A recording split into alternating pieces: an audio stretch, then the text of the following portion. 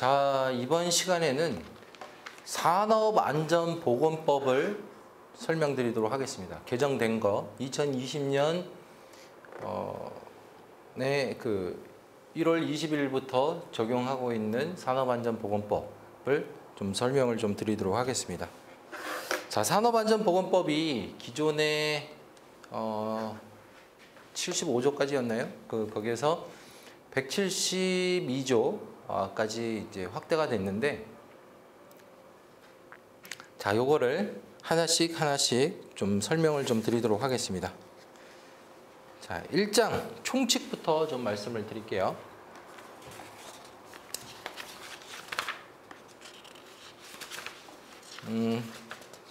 175조까지 있네요. 175조까지.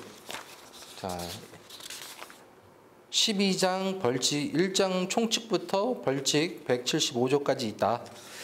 그 정도만 아시면 될 것 같고, 일단 산업안전보건법 총칙 1조. 자, 1조부터 좀 설명을 드리겠습니다. 제1조는 목적이고요. 자, 산업안전보건법의 목적은,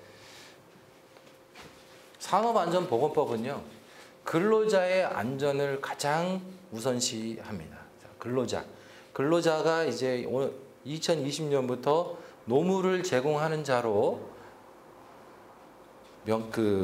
용어가 좀 변경이 됐어요. 그래서 노무를 제공하는 자, 근로자에서 노무를 제공하는 자의 안전 및 보건 증진, 유지 증진이 목적이다. 자, 목적은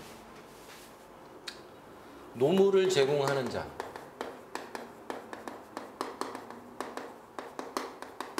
노무를 제공하는 자의 안전 보건 유지를 증진함을 목적으로 한다.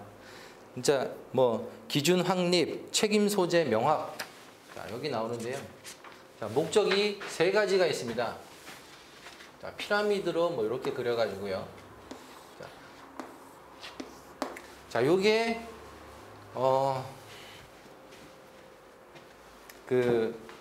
단답으로 이렇게 산업안전지도사 문제로 단답으로 이렇게 나올 수도 있어요. 산업안전보건법의 목적 세 가지를 쓰시오. 이렇게 나올 수도 있어요. 그러면 안전보건 기준 확립,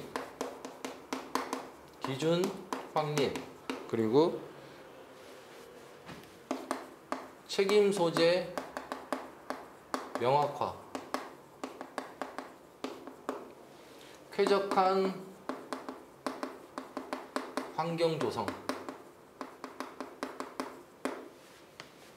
자, 안전보건 기준을 확립하고 책임 소재를 명확화해서 산업재해를 예방하고 쾌적한 환경을 조성함으로써 노무를 제공하는 자의 안전보건을 유지 증진하는 것을 목적으로 한다.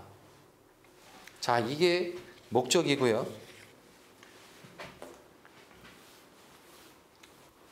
자, 두 번째는 제2조는 정의입니다. 정의에는 여러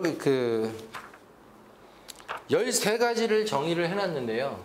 산업재해란 노무를 제공하는 자가 업무에 관계되는 건설물, 설비, 원재료, 가스, 증긴, 분지 등에 의하여 이렇게 있는데, 자, 여기에서 정의에서 반드시 알아야 될 거 그럼 써드릴게요. 산업재해, 그 다음에 중대재해,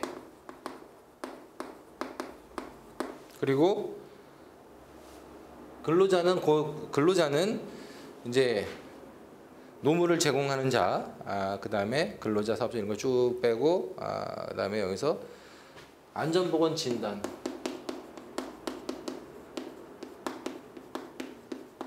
그리고 작업환경 측정.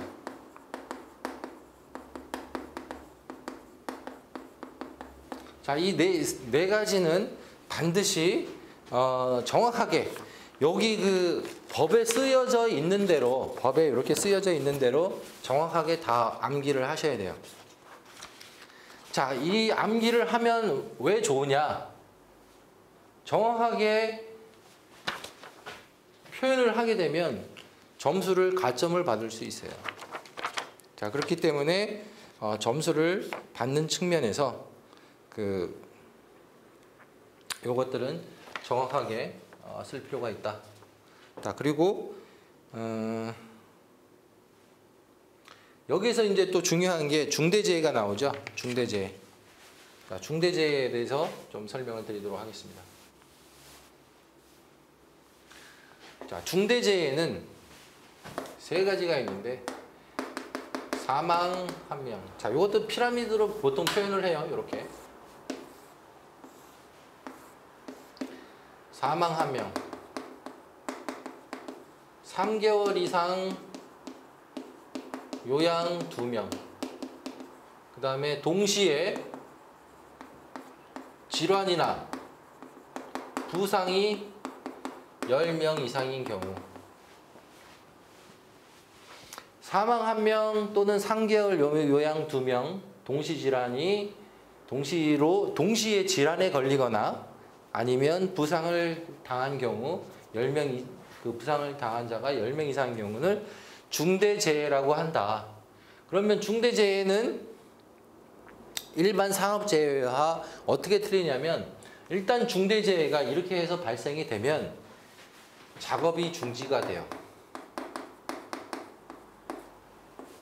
작업이 중지가 되고, 이게 왜 발생이 됐는지 조사를 해야 될 거 아닙니까? 그래서 고용노동부 근로감독관 2명하고 공단 근로자 안전보건공단 직원 1명이, 그러니까 3명이 한 조를 이뤄서 조사를 나가요. 그 조사가 바로 특별감독입니다. 특별감독을 나가서 이제 작업 중지된 상태에서 이제 사고 원인을 보고, 그 다음에 그 외에 또 다른 위험 요소가 있는지 기술적으로 접근을 하고, 그 다음에 관리론적, 니네 서류는 제대로 했는지 서류 점검도 다 합니다. 그래서 해가지고 특별 감독을 해서 과태료하고 벌금을 때려요. 그리고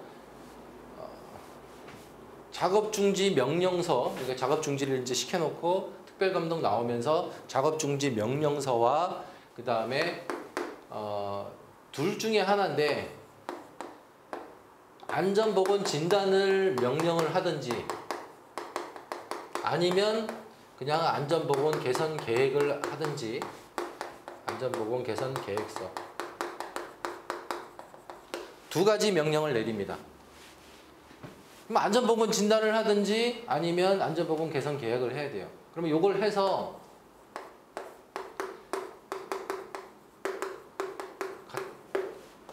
노동부에 제출을 하면 작업중지 해제위원회가 열려요.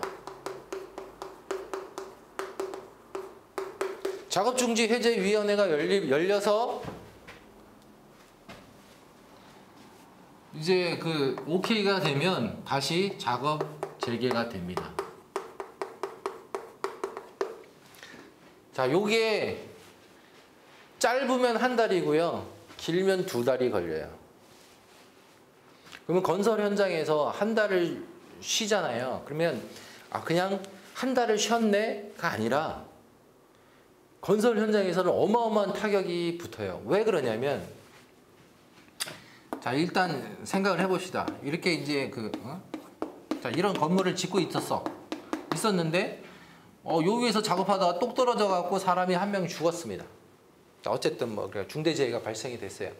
그러면 작업 중지가 됐잖아요. 그러면 여기서 일하고 있던 수많은 사람들, 근로자들이 있잖아요. 이 사람들 작업 중지 해제할 때까지 기다릴까요? 안 기다려요.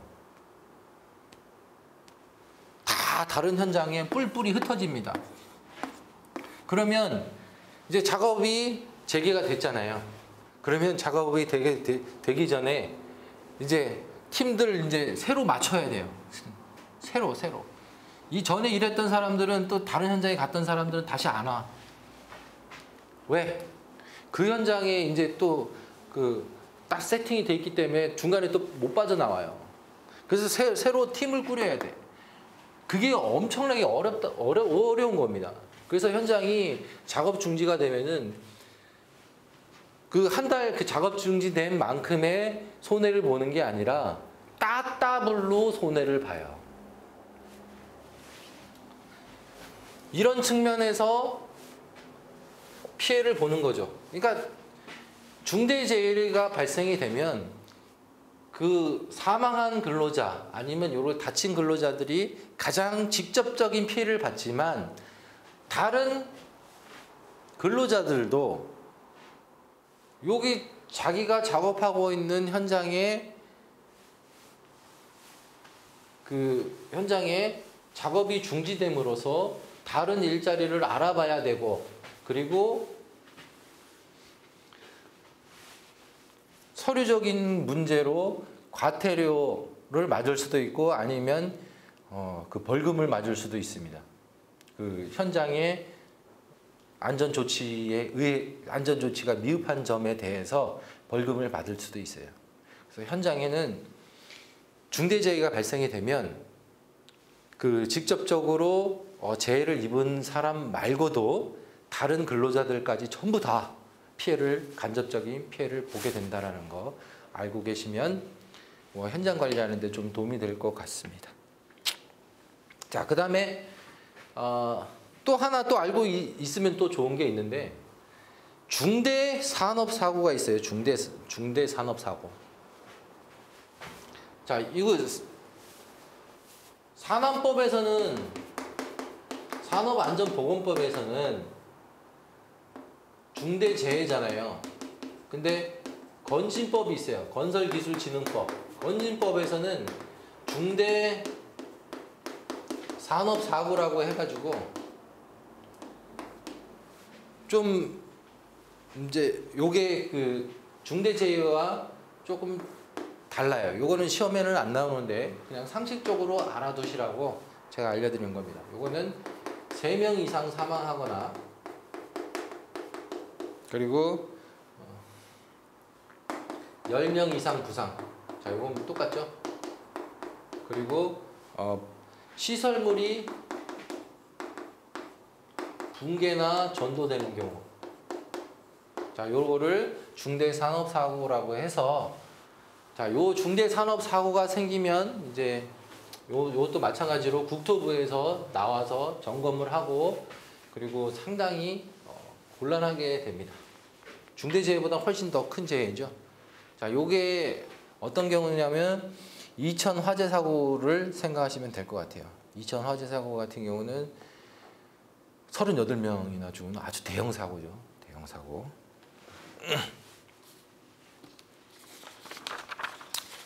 자, 2조 정의까지 했고요.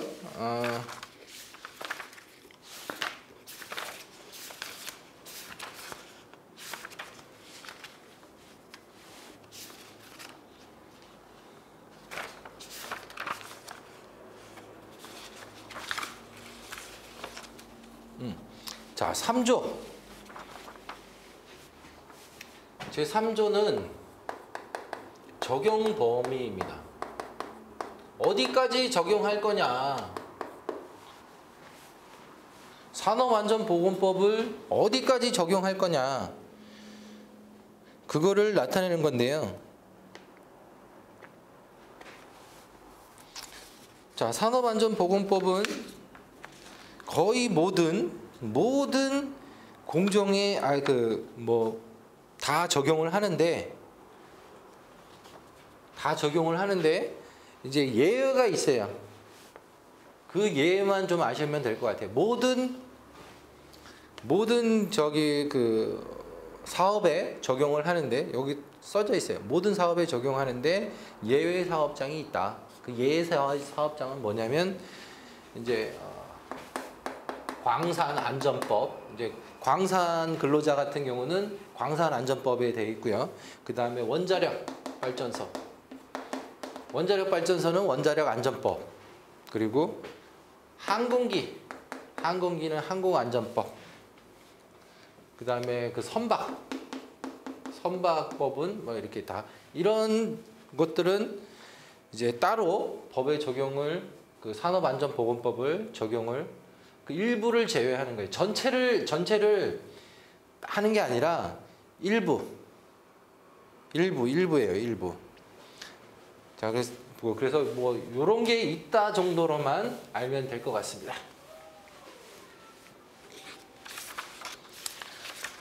자, 그다음에 중요한 것도 4조 정부의 책무.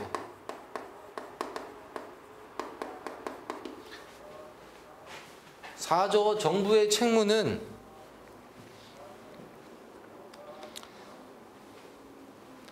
8가지 정도인데 일단 항상 뭐든지요 위에서부터 이렇게 밑으로 내려오는 거예요.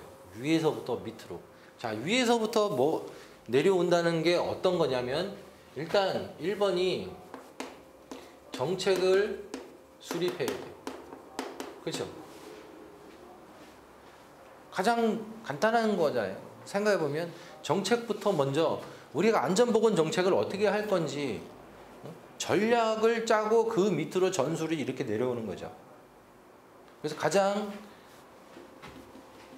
근간이 이게 이제 그 머리가 되는 게 정책부터 일단 우리 안전보건 정책은 일단 사망재해를 줄이는 게 정책이야.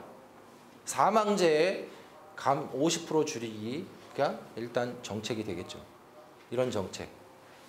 자, 그 정책에 의해서 사망재해를 줄이기 위해서는 어떻게 해야 되는지 현장에 하나씩 아래로 이렇게 내려오는 거죠. 이렇게. 자, 그렇게 생각해서 요것들을 정리를 하시면 돼요. 정책을 수립을 하고 지원 및 지도하고 그 다음에 직장 내 괴롭힘 예방 직장 내 괴롭힘을 당하는 그것들을 이제 기준을 마련해 주는 거죠. 이 정도면 직장 내 괴롭힘이니까 이 정도 이상은 하면 안 돼요. 뭐 이런 거 있잖아요. 예를 들어서 상사가 다른 사람들은 다 밥 먹는 가지고 뭐라 안 그러는데 야, 너는 일도 제대로 안 했는데 밥 먹지 마. 이거 네가 뭘 했다고 밥을 먹어? 이러면 이거 괴롭힘이에요? 아니에요? 이런 건 괴롭힘이죠. 그러니까 이런 거에 대한 기준을 마련해 주는 거죠. 자, 그리고 경영체제 지원 그리고 홍보교육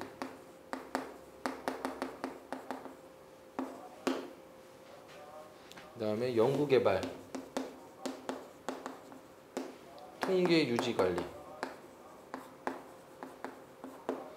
그 다음에 단체 지원. 자, 잘 보자고요. 자, 요게 정책을 수립을 하고 그 정책이 잘 되도록 지원 및 지도를 하는 거예요. 그러니까 이제 정부에서 그 다음에 이제 정부 이제 큰 틀이고 그 다음에 이제 어떻게 나왔어요? 직장으로 이제 내려왔죠. 직장, 회사로 이제 이게 정부 전체 이제 나라 전체에 이런 큰 대한민국은 안전보건에 관련한 정책은 이거다. 그리고 요 대한민국에서 이제 각자의 회사로 이렇게 내려왔죠. 그리고 회사. 그리고 요거는 뭐예요? 단체. 그리고 이거는 전체적으로 이제 산업재해가 얼마나 발생했는지 통계. 그 다음에 요것도 마찬가지로 단체 지원.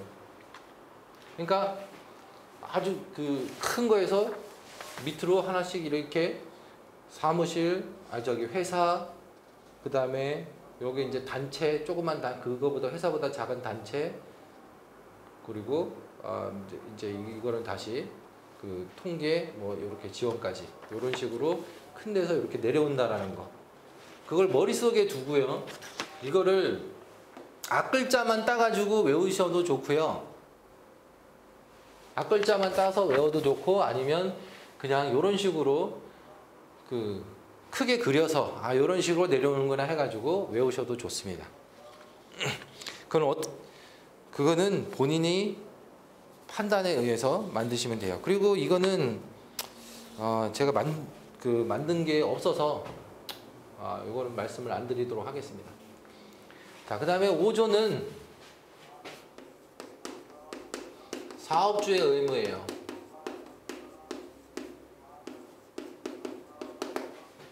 사업주 등의 의무죠. 그죠? 사업주의 의무가 아니고 사업주 등의 의무.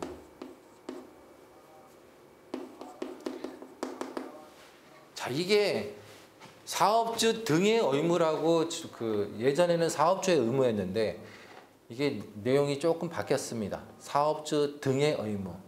왜 제목이 바뀌었냐면 사업주가 아닌데 사업주의 위치에 있는 사람들이 있어요. 사업주가 그러니까 이제 실질적인 사업주가 다르고 뭐 명목상 사업주일 수도 있고 뭐 이런 사람들이 할 수도 있잖아요. 그래서 사업주와 같은 지위를 가진 사람들의 의무를 말하는 거예요.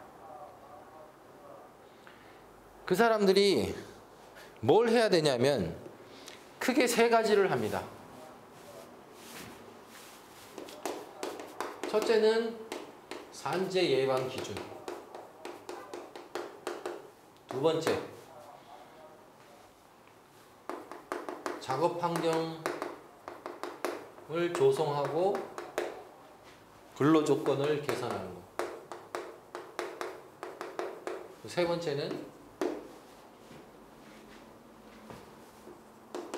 작업장 정보를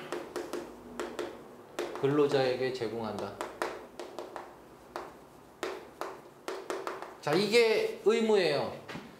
산재 예방 기준을 니네 현장에 맞는 산재 예방 기준을 만들어서, 산업재해 예방 기준을 만들어서 그거 가지고 관리를 하는 게 요거 내용이고요. 그 다음에 작업 환경 조성. 산재가 발생하지 않도록 현장 정리 정돈 잘하고 안전시설 설치 잘하고 해서 그 작업 환경을 만들어줘야지. 니네 안전한 작업장에서 근로자들 작업하게끔 만들어줘야지. 이렇게 지저분하고 저렇게 위험한 데서 작업하다가 사고 나면 너를 처벌하겠어. 이게 그 내용입니다. 그 다음에 근로조건도 너무 일박시게 시키면 안 되죠. 일도 산업안전보건법에 나와 있는 그 근로기준을 준수를 해야 됩니다. 그 다음에 작업장 정보는 이건, 자, 예를 들어서 이거예요. 자, 이런 탱크가 있어요. 탱크에 이제 그 청소를 해야 돼, 이거. 밀폐 공간에. 근데 이 안에 들어있는 게 독성이 있는지 아니면 질식의 위험이 있는지 이거를 근로자에게 알려줘야 이 사람들이 준비를 해가지고, 독성이 있으면 뭐예요? 방독 마스크를 껴가지고 들어가서 작업을 하고, 질식 위험이 있으면 산소 마스크를 끼고 들어가가지고 작업을 하게끔 그 정보를 줘야 된다는 거죠. 이것도 아무것도 안 하고 가가지고 독성, 질식, 폭발 위험, 이거 정보를 안 알려줘서, 야, 거기에 용접하면 안 되는데 니네 용접했네? 펑! 하고 터지는 거죠. 그런 정보를 주라고. 안 주니까, 안 줘서 사고 나는 경우가 너무 많으니까 이제는 주라고 이렇게 법을 만들어 놓은 겁니다. 자, 그래서 요것도 산재 예방 기준을 만들고, 니네 작업장에 적합한 산재 예방 기준이에요. 자, 이거는 왜 그러냐면 생각을 해보십시오. 자, 이 사람은 작업장을 그 밀폐 공간에서 작업하는 사람이에요. 그러면 밀폐 공간에 하는 사람하고 그 다음에 뭐 선박에서 작업하는 사람, 그리고 아니면 고층에서 작업하는 사람, 전부 다 그 현장마다 다 틀리죠. 그 다음에 뭐 비탈면 뭐 이런 데서 작업하는 사람 이렇게 있잖아요. 작업장이 비탈면인 작업, 여기에 뭐 옹벽 설치하는 작업이 있고, 그 다음에 뭐 여기 그 건물을 이렇게 짓는 현장도 있고, 얘만은 그 다음에 뭐 나무를 깎는 나무를 저기 이렇게 하는 현장이 있단 말이야. 그러면 이 현장들에 맞는 그런 산업재해 예방이 기준이 있어야지. 이걸 전부 다 나무를 임업 현장에서 관리하는 기준하고 요 아파트 짓는 관리 기준하고 같으면 그 관리가 제대로 될까요? 안 된단 말이야. 아파트 현장에 들어가는 뭐 방수 작업도 막 있고 막 이런데 이 방수 작업 기준을 나무 자르는 데 가서 그 하면 그게 안 맞죠. 그래서 산재 예방 기준은 니네 작업장에 맞는 거, 하는 거, 그걸 거기다가 기준을 만들어서 그 기준대로 근로자들 나오면 근로자 관리해 하는 게 요 내용입니다. 자, 이거 일단 지우고요.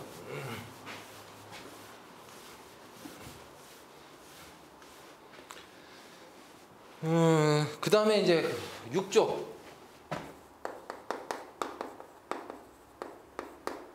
근로자의 의무인데, 자, 근로자의 의무는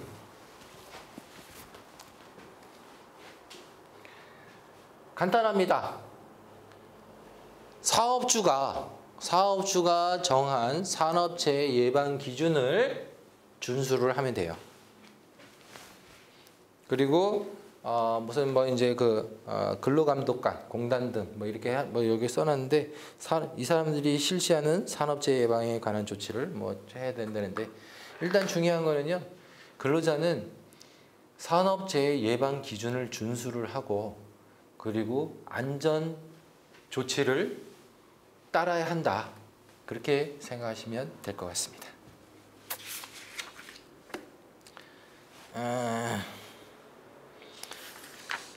자, 그리고 이제 그 무죄 운동이 없어졌어요. 무죄 운동이 2019년인가 그때 없어졌기 때문에 무죄 운동은 따로 공부를 안 하셔도 돼요. 따로 그냥 예전에 무죄를 하기 위해서 운동하는 게 있었다, 그 정도만 뭐 그렇게만 생각하시고 더 깊게는 안 들어가셔도 됩니다.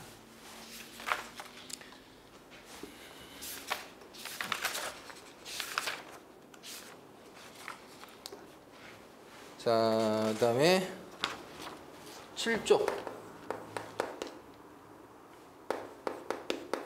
산재 예방 기본 계획 수립 공포.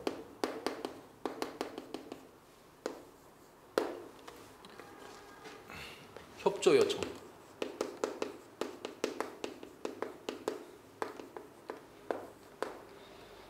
통합 시스템.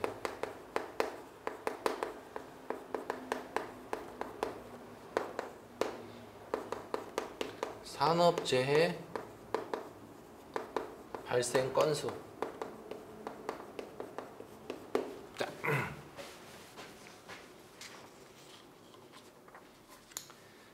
통합 시스템 뭐 이게 산업재해 예방 기본 계획을 정부는 수립을 해서 공포를 해야 되고요. 그 다음에 관계 기관은 서로 유기적으로 협조를 해야 된다. 그리고 산업재해를 예방하기 위한 통합 시스템을 구축해서 운영을 하겠다. 뭐 이 내용인데요. 이거는 그 이천 화재 사고 있잖아요.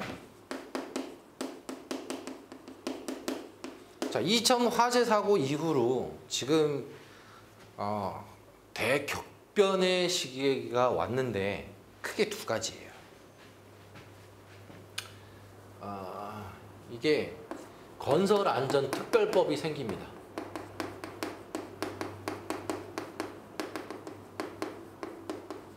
자, 그동안은 산업에 건설이 포함이 돼 있었어요.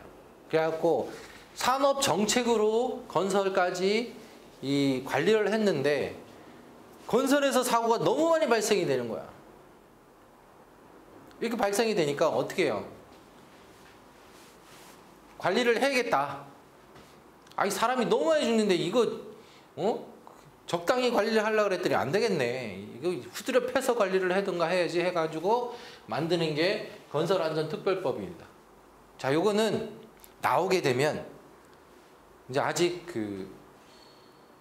이게 법이 제정이 되려면 특별법 같은 경우는 그렇게 오래 걸리지 않거든요. 이건 이제 만들겠다고 생각하면 바로 나와요. 그래서 빠르면 하반기에 나오지 않을까, 올해 하반기 2020년 하반기에 나오지 않을까 그렇게 생각하고요. 나오게 되면 제가 요거는 뭐 따로 설명하는 시간을 가져보도록 하겠습니다.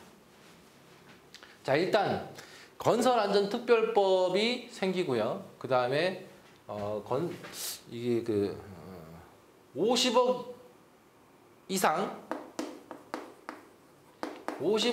건설 공사를 관리를 하는 이게 안전센터가 생깁니다. 각 지역마다. 이게 정확한 명칭이 지금 잘 생각이 안 나는데 어쨌든 이 50억 이상을 관리를 하는 안전센터가 생긴다라는 거. 그러면 시어머니들이 막 생기는 거죠. 이거는 이제 정책적으로 건설 안전을 관리를 하는 특별법에다가 이제 안전센터까지 생겨가지고 이제 현장의 안전관리에 이제 시어머니 역할을 하는 그런 것들이 생기게 됩니다. 그래서 이런 시스템이 생긴다라는 거, 통합 시스템을 구축해서 운영을 할 거라는 거 하고요. 그 다음에 산업재해 발생 건수, 요거는 좀 따로 설명을 드릴게요.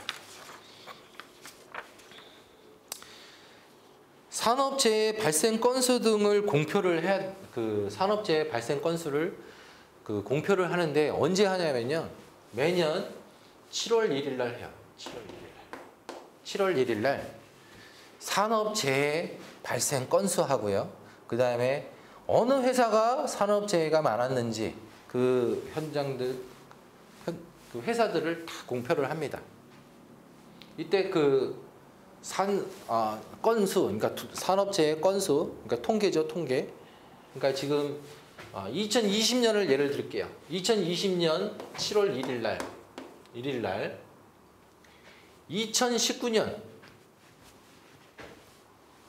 2019년의 통계를 2019년이죠.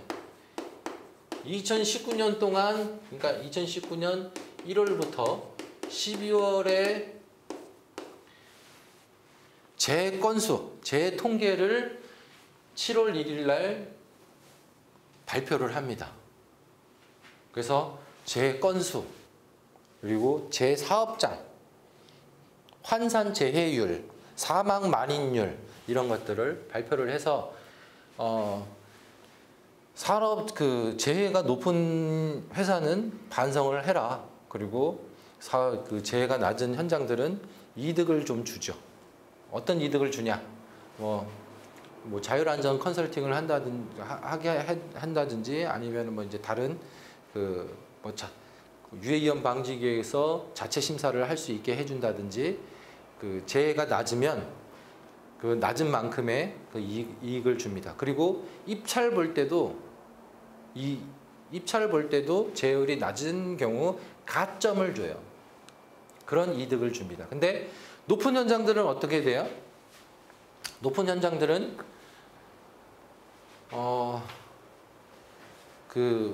벌점을 주고요. 벌점을 줘서 입찰을 볼 때 제한을 줍니다.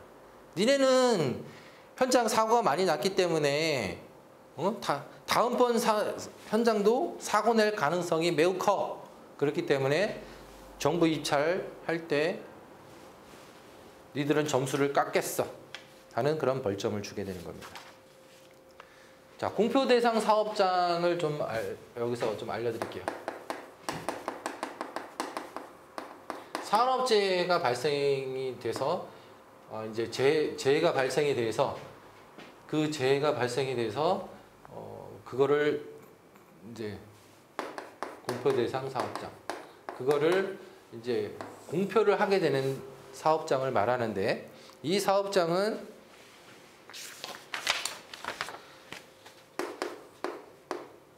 연간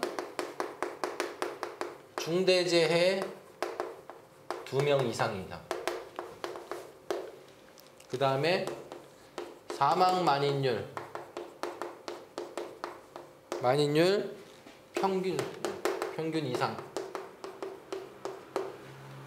세 번째는 산재 은폐.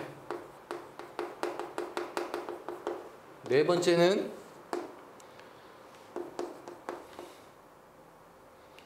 그 은폐가 3년 이내에 2회. 한 번만 해도 되고요. 산재를 3년 동안 3년 동안 이해면은, 그러니까 3년 동안 계속 공표 대상이 된다는 거예요. 3년 동안 2번 걸리면. 그 다음에 중대 산업사고. 자, 아까 건진법에 중대 산업사고 그 말씀드렸잖아요. 사람은 안 죽어도 시설물이 붕괴가 됐다든가 이런 경우 중대 산업사고가 되죠. 이런 경우는 자, 요런 현장은 그냥 7월 1일마다 발표를 하겠다, 이런 내용입니다. 자, 여기에서 여러분들이 좀 알고 가면 좋은 게, 자, 사망 만인율이라는 게 있어요. 자, 사망 만인율은 이제 그 정부 정책이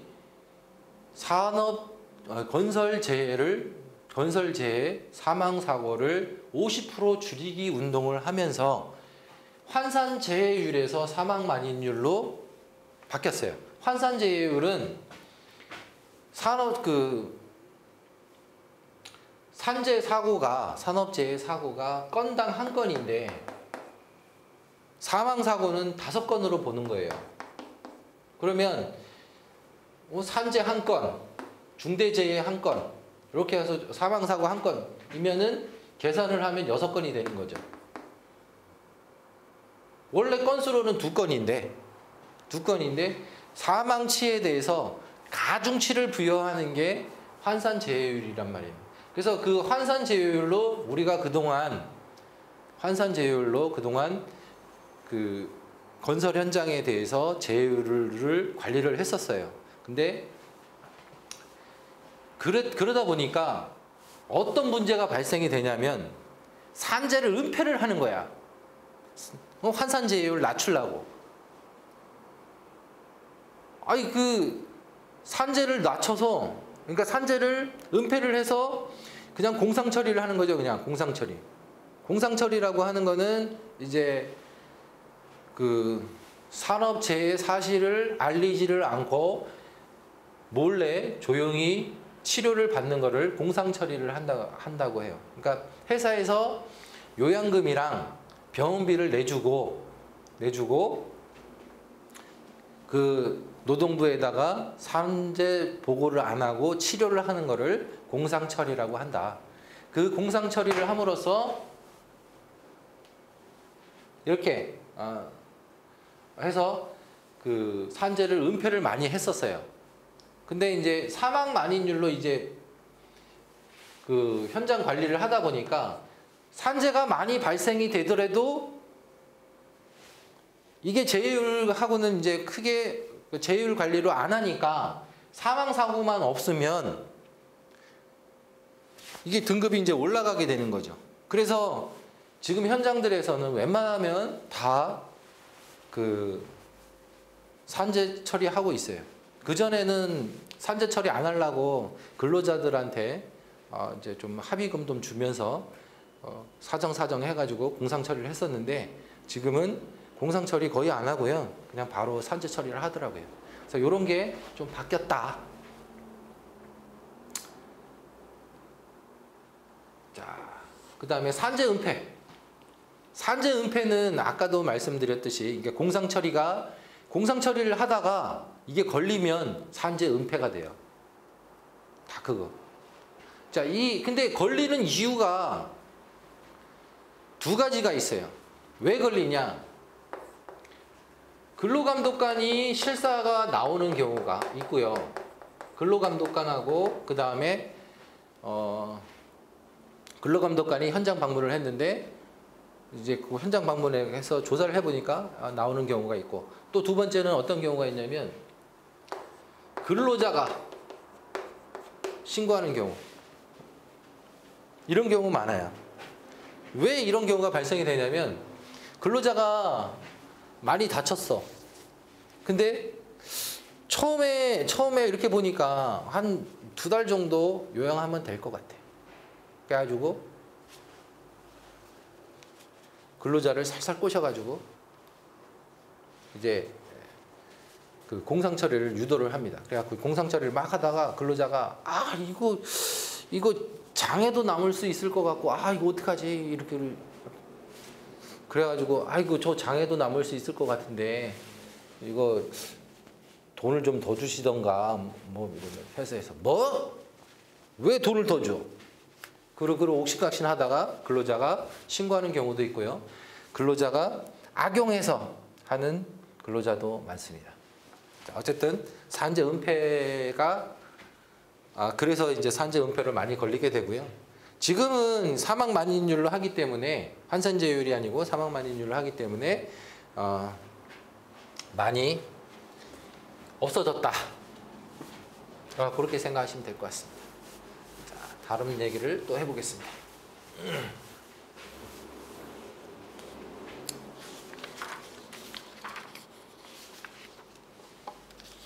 자, 그리고 반드시 알아둬야 되는 거, 요거 사망 만인율 공식. 사망 만인율 공식은 상시 근로자 수 분의 사고 사망자 수 곱하기 만이죠, 이렇게. 만을 하면 요게 사고 사망 만인율이고, 요게 이제 퍼센트로 이제 치면 요런 모양으로 됩니다. 자, 요게 사망 만인율이고, 그리고 또 하나 알고 계셔야 되는 게 사망 만인율을 구하려면 상시 근로자 수 요를 구해야 되기 때문에 상시 근로자 수는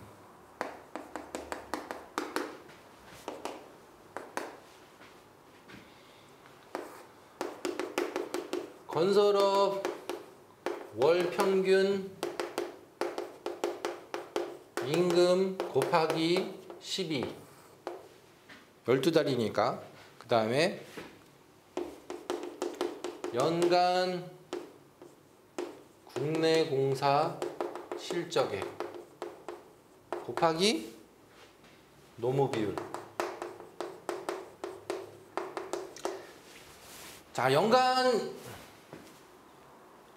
이 회사가 A라는 회사가 있습니다. A라는 회사가 2019년 1월부터 2019년 12월까지 공사를 여러 개를 했는데 그 공사 금액을 따져봤더니 1,000억이더라. 1,000억에다가 노무비율 몇 퍼센트를 곱하고, 그 다음에 건설업 월평균 임금이 아마 한 240만 원? 뭐 그게 있을 거예요. 240만 원 곱하기 12 이렇게 하면은 상시 근로자 수. 그러니까 이 A라는 회사에 상시로 근로하는 사람들이 몇 명인지 그게 딱 나와요. 만약에 했더니 100명이다. 그러면 100명에다가 사고 사망자 수가 1,000억이니까 한 10,000명 합시다. 10,000명. 10만 명 합시다. 10만 명. 10만 명 하고 사고 사망자가 1명이었어. 그러면은 이게 이제 0.1이 되겠죠. 사고 사망률은. 자, 요렇게 계산을 하는 겁니다.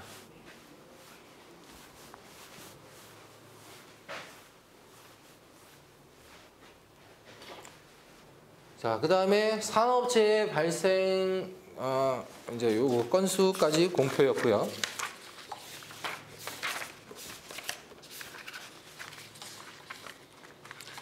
그 다음에 11, 12, 13조가 있는데, 예방시설, 그 다음에 재원, 기술표준. 자, 여기까지가 총칙입니다. 총칙으로 제1장 총칙. 총칙이라는 거는 일반적인 기준을 말해요. 일반적인 기준. 그리고 각 칙, 총칙이 아니고 각 칙은 세부적으로 세부 자세한 사항, 세부 사항을 각 칙이라고 하고요. 이거는 뭉뚱그려서 일반적인 포괄적인 일반적인 기준을 말하는 거고요. 이게 총칙이라는 건. 자, 총칙은 1조부터 13조 기술 표준까지가 1조다.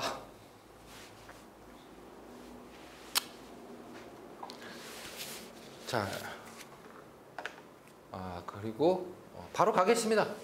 바로 가서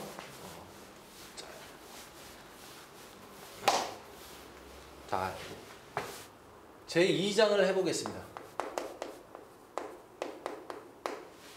제2장 안전보건관리체제. 자, 이거 굉장히 중요한 거죠. 안전보건관리체제. 어떤 사람들이 안전보건 관계자가 어떤 사람들이냐, 이 사람들 가지고 현장을 안전보건관리를 하는 게 이 안전보건관리체제입니다. 자, 여기에 제1절이 있어요. 자, 이거는 안전보건관리체제는 1절, 2절로 나뉘는데 1절이 요 안전보건관리체제고요. 2절은 안전보건관리 규정입니다. 안전보건관리 규정은 제가 조금 이따가 좀 설명을 드리고, 일단 중요한 거 안전보건관리체제 제12조. 자, 요게 새로 생겼어요. 전에는 없었어요. 없었는데 뭐라고 생겼냐면 이사회 보고 승인 대상 회사 등 이런 게 생겼습니다. 자, 어느 정도 규모가 있는 회사는 산업재해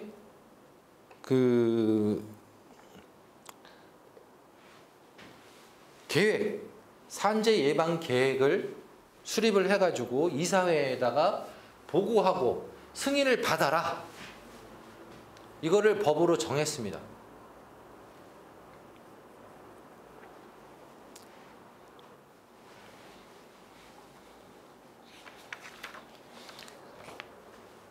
그게 대상이 어떤 대상이냐면 두 가지가 있는데요.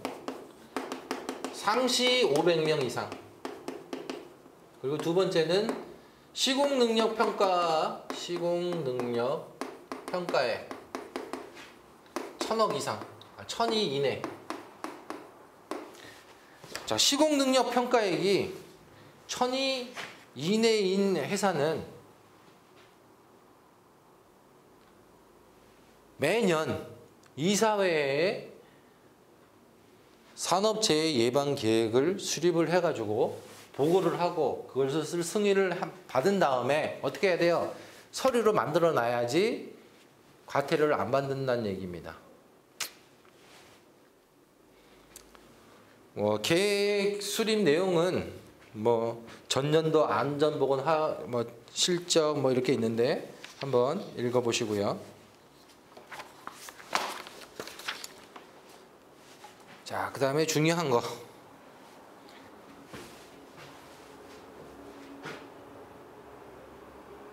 12조가 아니죠. 14조죠. 14조. 자, 그리고 15조. 안전보건관리 책임자.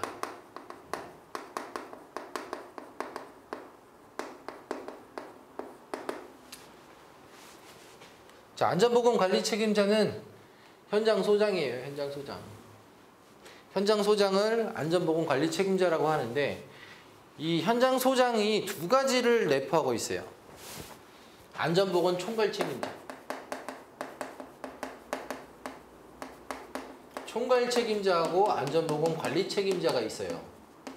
자, 이게 그러면 어떻게 틀리냐? 안전보건 관리 책임자는 건설업에서 20억 이상, 자, 20억 이상인 경우에 안전보건 관리 책임자를 둬야 돼요. 둬야 된다는 얘기는 지정을 해야 된다는 얘기입니다. 지정. 자, 지정하고 산업안전보건법에 보면 지정하고 선임이 있어요. 잘 알아두셔야 되는데 안전보건 총괄 책임자, 자, 총괄 책임자, 관리 책임자, 그리고 또 뭐 있어요? 관리 감독자는 지정이에요. 지정이라는 얘기는 뭐냐면 이 사람을 지정을 해가지고 지정서를 만들어서 보관을 하고 있으면 돼요. 그게 지정이에요. 그래서 안전보건관리 책임자는 땡땡땡입니다. 홍길동입니다. 홍길동이가 안전보건관리 책임자로 지정을 했어요 하고 딱 서류로 보관하고 있으면 돼요. 그러면 그 근로감독관이 점검을 나왔을 때 니네 안전보건관리 책임자 지정했어? 그러면은 이거를 보여주면 돼요. 아, 우리 지정했습니다 하고 보여주면 잘했네? 그리고 넘어가게 되는 거죠. 근데 안 해놨어. 그러면 어떻게 돼요? 안전보건관리 책임자 미지정해서 과태료가 나오겠죠. 과태료 금액은 얼마인지는 모르겠습니다. 자, 그렇게 되는 거고요. 자, 선임. 선임은 뭐냐면 선임은 지금 두 가지밖에 없어요. 안전관리자, 보건관리자는 선임이에요. 자, 선임은 이게 뭐냐면 얘를 안전관리자로 하겠습니다. 쟤를 보건관리자로 하겠습니다. 그 지정서를 만들어 가지고 노동부에다가 보고하는 거, 그게 선임이에요. 자, 요게 안전보건 조종자라고 있어요. 자, 안전보건 조종자는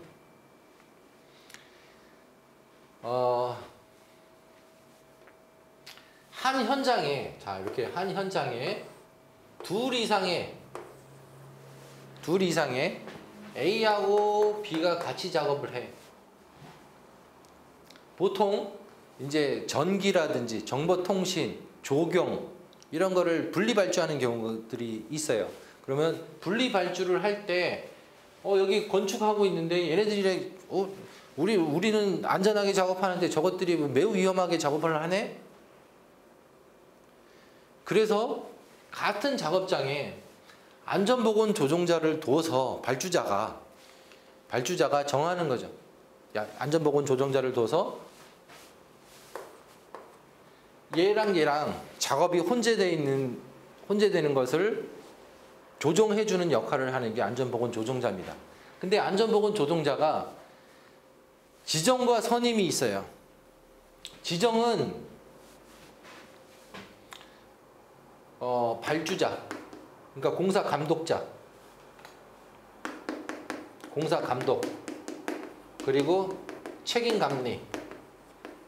책임감리는 지정이에요. 근데 선임은요, 산업안전지도사, 기술사, 그 다음에 기사 경력 5년 이상, 그 다음에 산업기사 7년 이상 가진 자로 선임을 할 수가 있어. 그러면 선임을 할 수 있다는 건 뭐예요? 이 사람을 안전보건자로 지정을 해가지고 노동부에다가 보고를 해야 돼. 근데 현장에서 거의 이거 잘 몰라가지고 그냥 감독한테, 그 발주자한테, 공사 감독한테 이런 상황이 있기 때문에 그 법적으로 안전보건 조종자를 둬야 됩니다 하면은 뭐 귀찮은데 그냥 니들이 그냥 정해서 해. 그래가지고 그 지도사를 가지고 있거나 기술사를 가지고 있거나 기사 경력을 가지고 있는 사람 보고 안전보건 조종자를 이름을 이렇게 해가지고 현장에서 가지고만 있어요. 그러면 그거는 법 위반이 되는 거죠. 이걸로 이제 그 과태료 맞는 현장도 있습니다. 뭐 이건 상식적으로 좀 알아두세요. 그래서 지정과 선임이라는 거 알고 계시면 과태료를 면할 수 있기 때문에, 그리고 이제 면접 볼 때도 이런 내용을 얘기를 하면 플러스 가점을 받을 수 있죠. 그래서 뭐 이런 것도 알고 계시면 좋고, 어쨌든 자, 총괄 책임자하고 관리 책임자가 있는데 어쨌든 지정은 했어요. 자, 지정을 했는데 얘들이 뭐가 다른 거냐 했을 때, 자, 한 현장에, 그러니까 한 공정에 예를 들어서 자, 여기 그냥 아파트를 이렇게 짓는 현장이라고 봅시다. 자, 이 현장에 아파트 2동을 이렇게 져야 돼. 자, 보통 그러면 원청이 있고요. 이 아파트 전체를 짓는 업체가 원청업체죠. 원청업체. 소장 홍길동이. 원청업체는 이제 A 업체라고 합시다. 그리고 이 골조를 짓는 B 업체가 있고, 그리고 토목을 하는 C 업체가 있고, 이렇게 업체가 있다고 칩시다. 자, 그러면 골조가 20억이 넘었어. 전체 공사 금액은 50억이야. 50억이니까 20억 이상은 안전보건 관리 책임자로 지정을 해야 된다고 했어요. 그러면 A 업체 홍길동이는 일단 안전보건 관리 책임자입니다. 그리고 골조 업체 B 업체도 20억이 넘기 때문에 안전보건 관리 책임자예요. 자, 이 소장이 아래에, 골조 업체 아래에 직원들이 있을 거 아니에요. 이렇게 소장이 이렇게 있고 아래에 직원들이 있으면 이 직원들을 현장 소장으로서 관리할 책임이 있다 해서 이 사람한테 관리 책임자라고 지위를 준 거예요. 직무를. 그 관리 책임자의 안전보건 관리 책임자의 직무를 준 겁니다. 얘도 원청업체도 마찬가지고요. 그러면 총괄 책임자는 뭐냐? 총괄 책임자는 말 그대로 총괄, 이 현장 전체를 총괄하는 책임자예요. 그거는 산업안전보건법에 도급 사업 시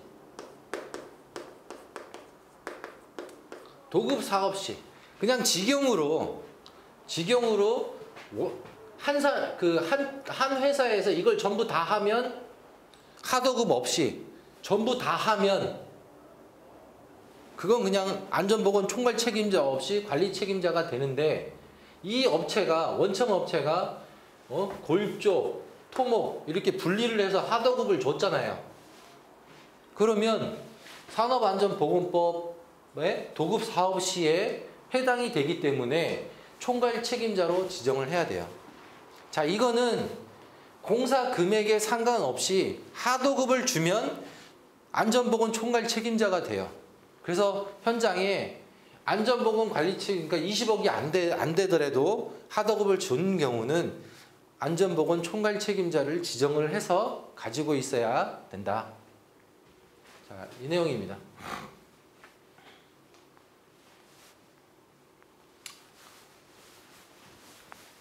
자, 안전보건 총괄 책임자는 하는 역할이 있어요.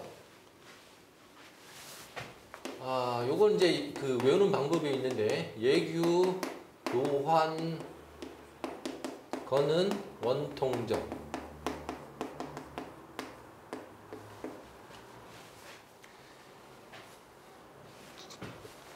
자, 산업재해 예방 계획.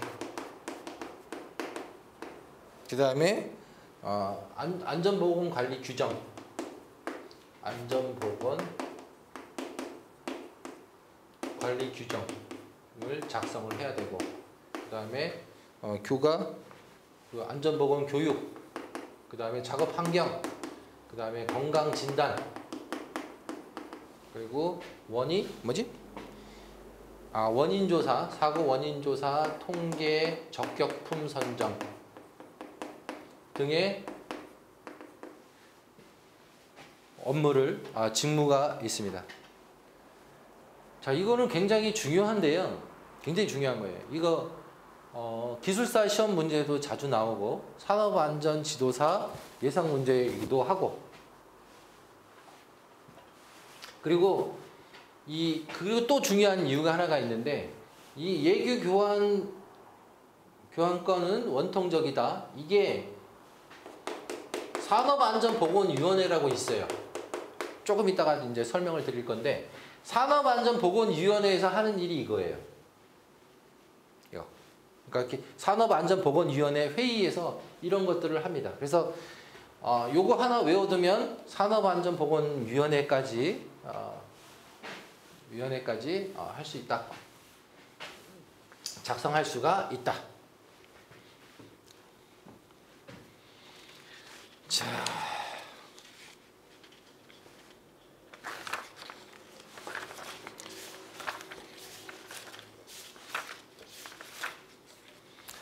자, 그 다음에 관리감독자 제16조.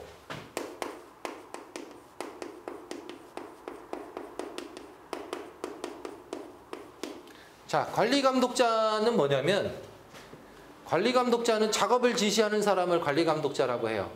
그러면 어디까지가 관리감독자라고 하면 직장, 조장, 반장, 그래서 직조, 반장까지, 직장, 조장, 반장까지 그 관리감독자라고 합니다.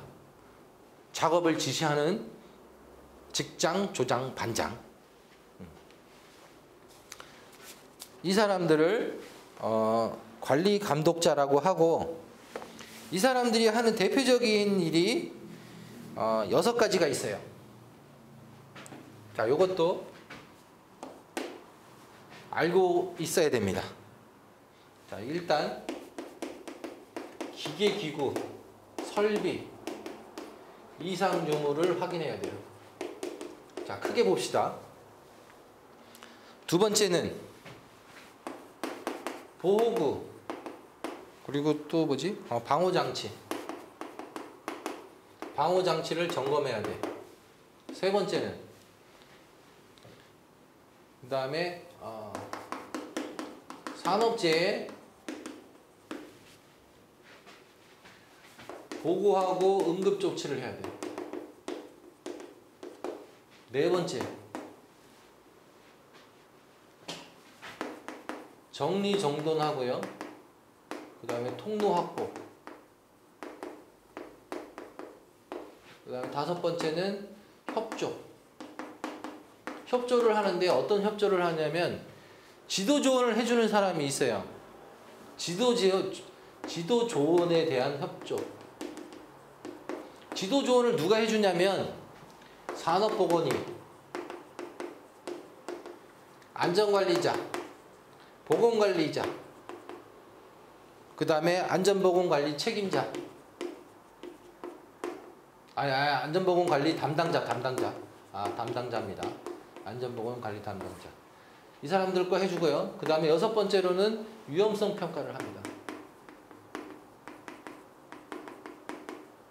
자, 이게 일이에요. 관리감독자가 하는 일. 자, 봅시다. 일단 기계기구. 자, 타워크레인이 있어. 기계기구가 타워크레인이 안전하게 하는지 요거 점검하는 게 관리감독자들이 하는 일이에요. 그리고 개인안전보호구, 그 다음에 공도구에 달려있는 그 방호장치들 이상이 없는지 하고, 그 다음에 산재가 발생이 됐을 때 보고하고 응급조치할 의무는 누가 있다? 관리감독자들이 있다. 작업을 지시하는 사람들. 그리고 현장에 정리정돈하고 통로 확보하고, 그 그다음에 이 사람들한테 협조해주고, 그다음에 위험성 평가를 통해서 유해 위험 요인을 발견을 하고 개선 조치할 책임은 관리 감독자한테 있다. 그래서 관리 감독자가 이 모든 업무를 다 하는 거예요. 실질적으로 안전관리는 관리 감독자가 하고, 안전관리자들은 그럼 뭘 하냐? 안전하고 보건은 뭘 하냐? 지도 조언을 해주는 거예요. 누구한테? 안전보건 관리 책임자하고 안전보건 총괄 책임자, 그리고 관리 감독자들한테 안전에 관한 지도 조언을 하는 거. 실질적인 안전 업무는 관리 감독자가 하는 거예요. 현장 소장은 안전보건 관리 책임자하고 총괄 책임자는 계획 세워주고 작업 크게 이제 관리 감독자들한테 업무를 분담시켜주고, 실질적인 업무는 관리 감독자들이 전부 다 한다.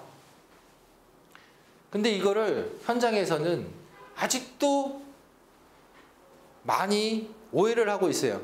안전관리는 안전관리자가 하는 거지 라고 생각하는 현장이 아직까지도 제가 봤을 때 한 60% 정도 된다. 60%. 그래서 많이 지금 홍보도 하고 그리고 교육도 하고 해서 해야지 이게 비율이 좀 내려가지 않을까. 근데 아직까지도 60%는 잘 모르고 있다. 그게 현실이다라고 생각하시면 될 것 같습니다.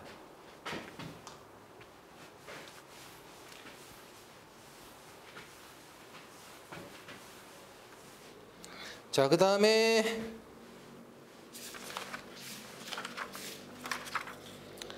자, 17조 안전관리자.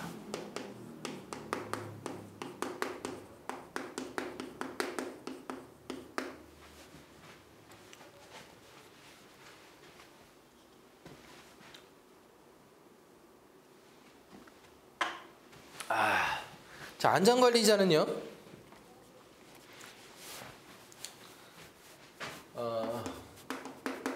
상시 300명 이상, 건축 120억 이상, 토목 150억 이상 인 경우에는 안전관리자를 두어서 안전관리를 하게끔 둬야 된다. 자, 근데 안전관리자가 확대가 됐어요. 작년에 법으로 공표가 됐는데 2023년까지 50억 이상으로 확대가 됩니다. 지금 그거를 좀 알고 계셔야 되는데, 이거 하나를 더 하고 합시다. 자, 두 번째는 50억 이상 유해이온 방지 계획서.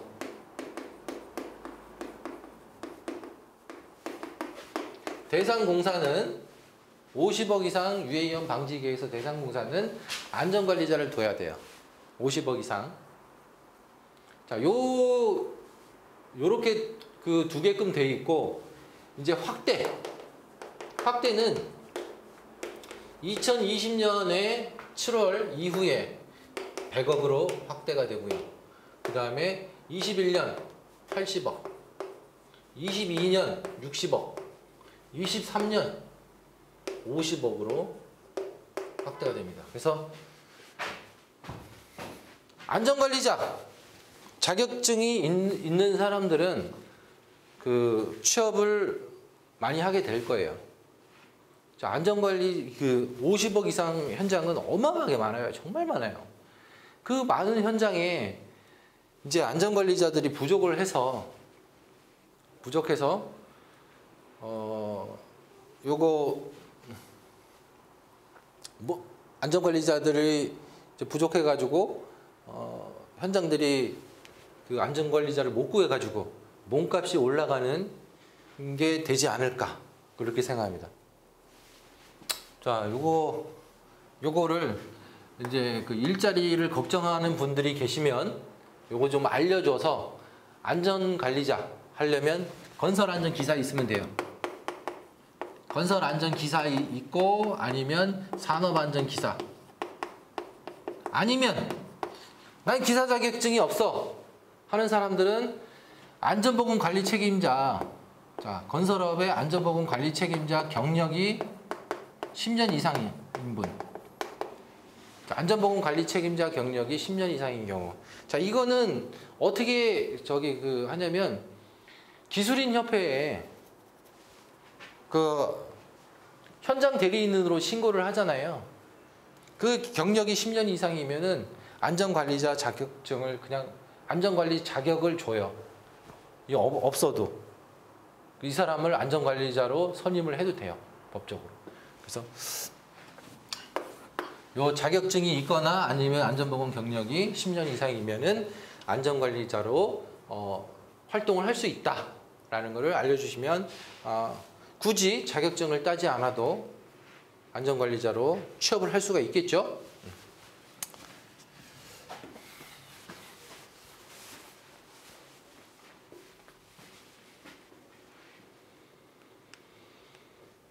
자, 그리고 이제 요게는 이제 안전관리자를 두는 경우고요. 그 다음에 800억을 기준으로 처음에 120억에서 토목은 이제 150억이에요. 요 800억 미만까지는 한 명을 뒀습니다. 근데 700억을 기준으로 그러면 이제 1,500억이 되겠죠. 1,500억을 기준으로 안전관리자는 이제 한 명을 더 써야 돼요. 그리고 1,500명은 3명이 되겠죠. 한 명 해갖고 3명. 그리고 2,200억. 그리고 800억 이상인 경우는 보건관리자를 하나 더 해야 되고요. 보건관리 한 명. 그죠? 그리고 얘는 1,400억. 1,400억마다 한 명씩. 여기 한 명 뒀으니까 여기 한 명이 되겠나? 그죠? 하나 건너뛰고 여기 네. 이렇게 되겠죠.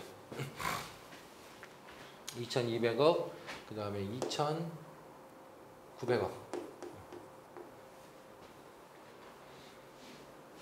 그러니까 여기보다 1,400억 플러스 되면은 한 명을 더 고용을 해야 돼요. 보건관리자. 자, 근데 여기에서 또 하나 이게 3명이잖아요. 여기 이제 1,500억 이상이면 3명이 되는데 그 3명 중에 한 명은 기술사여야 돼요.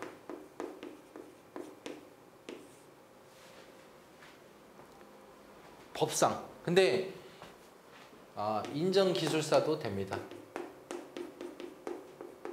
그래서 인정기술사 제도가 빨리 없어지면 기술사 몸값이 올라가는데 인정기술사라는 건 뭐냐면 기사 경력, 실무 경력 몇 년 이상이면은 그 기술사에 가 할 수 있는 특급 있잖아요. 특급 대우를 해줘요.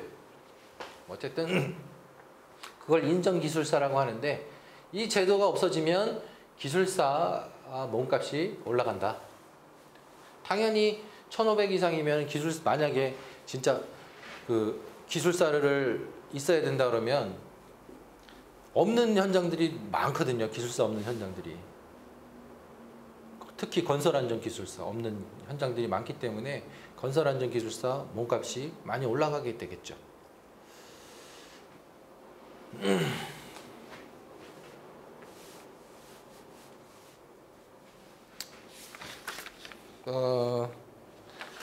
자, 그 다음에 안전관리자 업무도 좀 알아두셔야 되는데 안전관리자의 업무는 크게 산업안전보건위원회에서 정한 규칙 그리고 취업규칙 그리고 안전보건관리 규정에서 정한 규칙에 관한 업무를 해야 돼요. 그러니까 산업안전보건위원회에서 산업안전보건위원회, 그 다음에 취업규칙, 그리고 안전보건관리 규정에 의한 업무를 해야 되고요. 두 번째가 보고인가? 위험성 평가. 세 번째는 안전인증 기구. 네 번째는 교육계획. 그 다음에 원인 산업재해 원인조사 그 지도조언 6번. 통계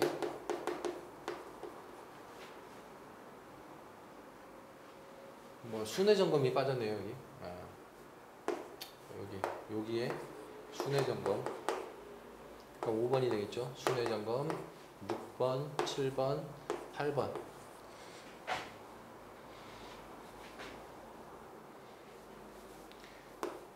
안전사항 이행.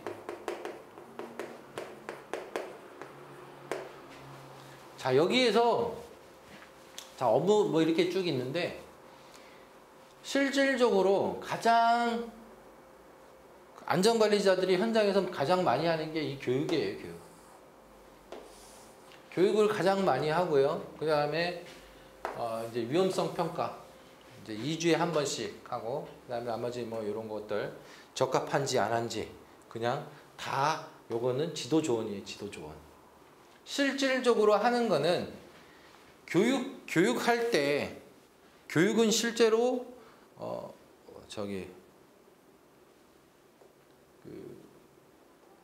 안전관리자가 주도적으로 합니다. 주도적으로. 나머지 이런 것들은 이제 관리감독자들이 할 때 지도조언을 하지만 실질적으로 안전교육만큼은 이거 하고, 그 다음에 또 하나 알고 계시면 좋은 게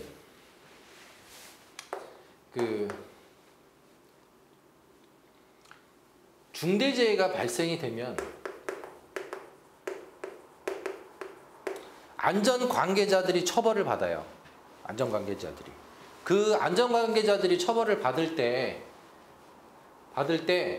어떤 사람들이 처벌을 받냐면 가장 먼저 안전보건 관리 책임자, 그 다음에 총괄 책임자, 그러니까 현장 소장이죠.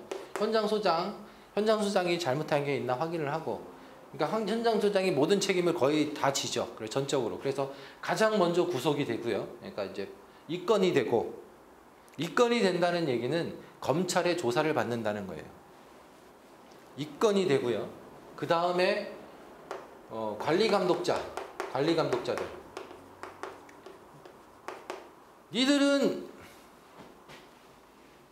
관리감독자들은 니네가 업무를 지시를 했으니까 그 업무에 가장 잘 알고 있는 니네가 업무 지시해가지고 사고가 났어. 네 책임이 있어 없어? 그걸 다 조사를 합니다.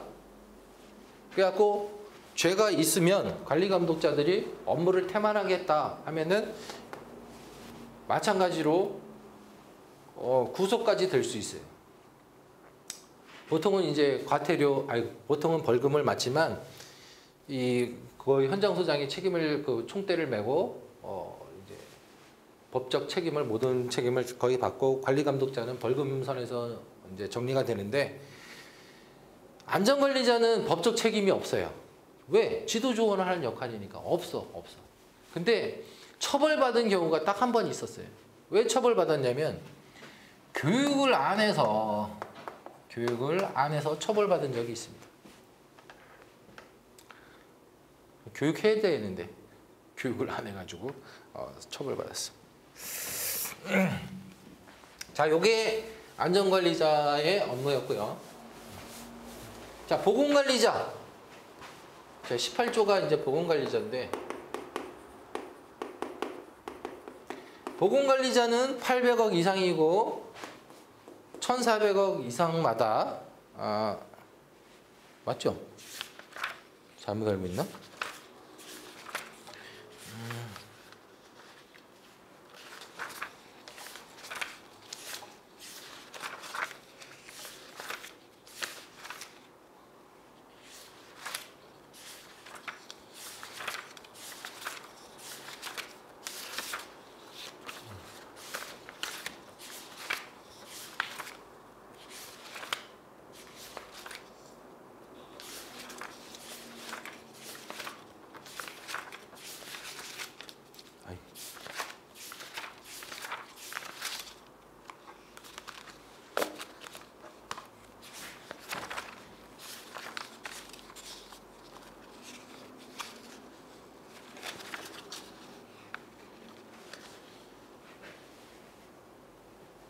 아, 맞을 거예요 아마. 한번 찾아보십시오.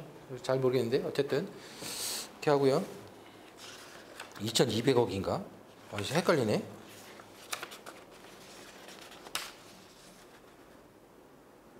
아, 1400억 맞네요. 아, 상시 600명 이상, 1400억 이상.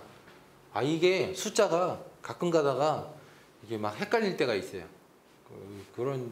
그렇게 되면 이제 신뢰가 좀 떨어지는데, 아마 여러분들도 갑자기 저한테 들었던 신뢰가 지금 이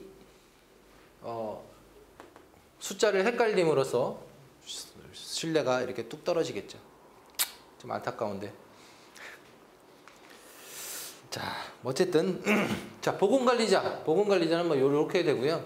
보건관리자의 업무는 마찬가지로 안전관리자처럼 이제 산업안전보건위원회 취업규칙 안전보건관리 규정에서 정한 업무에다가 두 번째는 보호구, 그 다음에 물질안전보건자료. 이거 중요한 거예요. 이거 현장 가면은 다 이거 보건관리자들이 물질안전보건자료 정말 이거는 제가 생각할 때 법이 좀 잘못됐다고 생각해요. 이거 모든 물질이 있잖아요. 하다못해 실리콘도 유해 물질, 물질안전 보건자료 다 작성해가지고 현장에 보관해야 돼요. 일이 엄청나게 많아요. 저는 이거는 조금 탁상 행정인 것 같아요. 차라리 진짜 위험한 것들 있잖아요. 방동제 같은 거 정말 위험하니까 그런 거. 이게 진짜 뭐 치명적인 거. 방동제라든지 아니면 이제 폭발의 위험이 있는 것들. 뭐 휘발유 같은 거. 그런 거. 근데 사실 라카, 그 다음에 또 뭐 있어요? 실리콘, 그 다음에 페인트가 누가 먹습니까 그거? 뭐 이런 것들. 그런 것까지 전부 다 작성을 해야 된다는 건 너무 업무가 과중해요.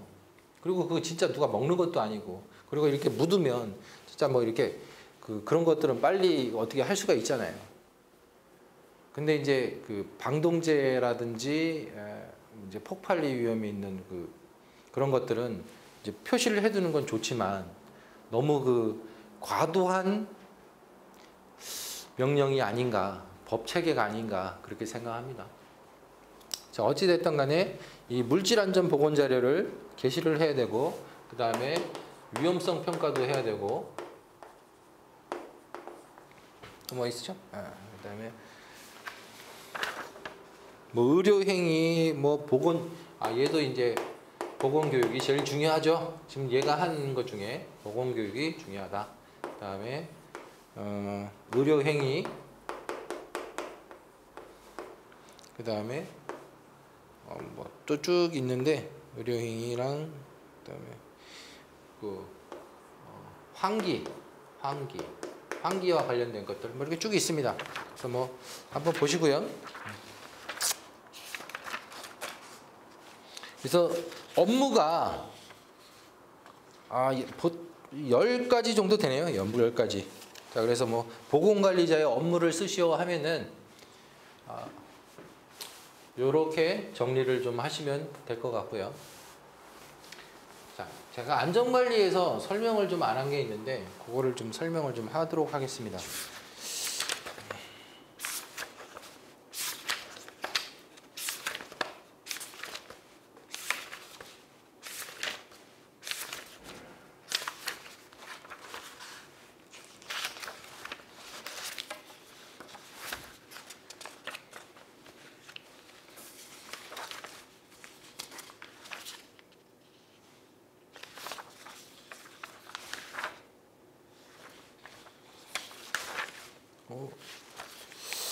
야, 이게 또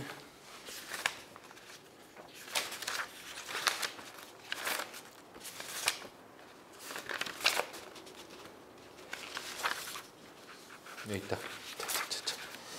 자, 이거 중요한 내용인데요. 기술사 시험 문제도 나왔었고, 그리고 이게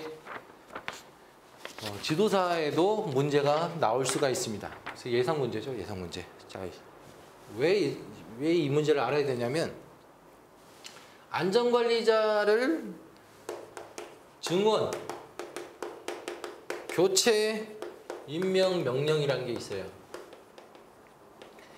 산업안전보건법 시행규칙 제11조 안전관리자 등의 증원, 늘리고 다른 애로 바꿔서 임명하는 명령이 있는데, 왜 이걸 해야 되냐면,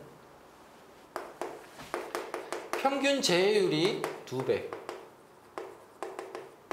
동종업계의 동종보다 평균 재해율이 2배가 높아.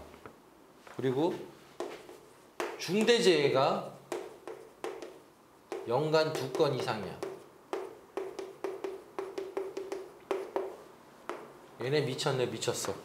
연간 2건 이상이면, 그죠? 그리고 그 안전보건 관리자가 질병 또는 부상으로 3개월 이상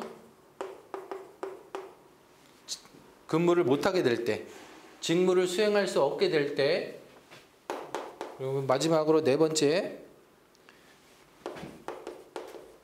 직업성 질병이 연간 3명 이상. 자, 직업성 질병이라는 거는 이제 그 뭐죠? 이거 폐 자는 거. 하여튼 그런 직업성 질병이 연간 3명 이상 발생이 됐다.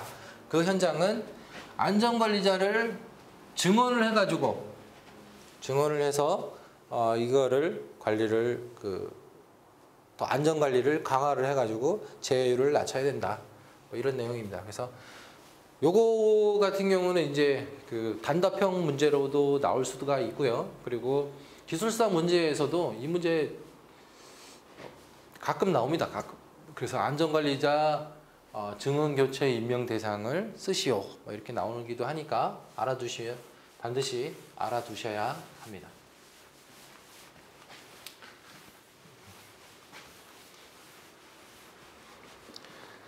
자, 그리고 자, 보건관리자까지 했죠.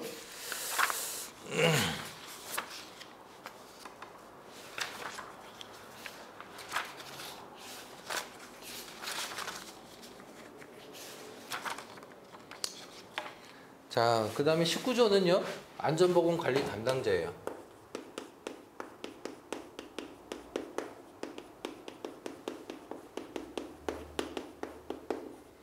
건설업에서는 안전보건관리 담당자를 몰라도 돼요. 건설업에서는. 건설업이 아니고, 요거는 이거는 20명 이상 50명 미만의 제조업, 임업, 하수, 폐수 및 분뇨 처리업, 폐기물, 환경작업 및 보건업에서는 안전관리를 하는 20명에서 50명 중에 한 명이 20명 중에 50명, 만약에 그냥 50명이라고 칩시다. 50명 중에 한 명은 안전보건관리 담당자여서 안전과 보건에 관한 관리를 해야 된다는 겁니다. 법적으로. 이 사람의 업무는 이 사람이 안전보건관리 담당자가 자격증 없어도 돼요. 안전보건관리 담당자가 이제 안전보건 교육도 해야 되고, 그 다음에 위험성 평가도 해야 되고, 그 다음에 작업환경 측정에 대한, 그러니까 보건교육 뭐 이거에 대한 지도 조언을 하는 거죠. 실질적으로 안전관리는 누가 하는 거예요? 관리감독자가 하는데, 이 사람들에 대한 안전보건에 관한 지도 조언을 하는 게 이 안전보건관리 담당자입니다. 계획 세우고, 지도 조언 해주고, 뭐 이런 거, 서류 만들고, 이거를 안전보건관리 담당자가 해야 된다.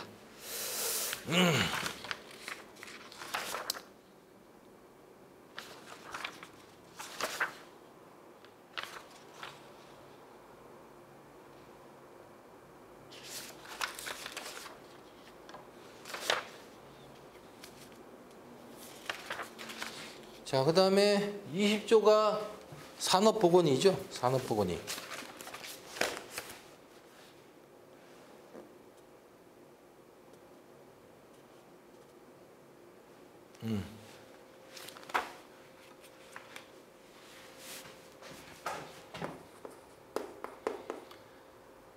안전관리자 등의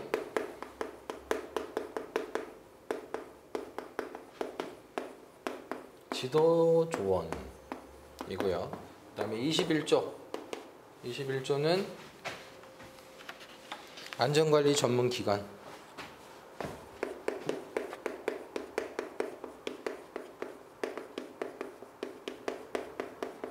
자, 안전관리 전문기관은요. 이거는 그 안전관리 전문기관은 대표적인 게 그 세 가지가 있는데요. 세 가지가 있어요. 그게 재해예방 지도기관이 있고요. 그 다음에 안전진단기관이 있어요. 산안법의 안전진단기관. 그리고 교육기관이 있어요.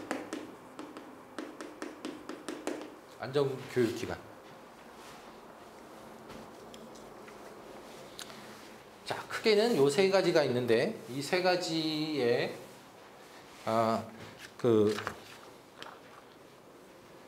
각 기관에 따라서 업무 수행과 뭐 이렇게 있다. 그리고 지정을 취소할 수 있다. 이 정도만 알고 계시면 될 것 같고.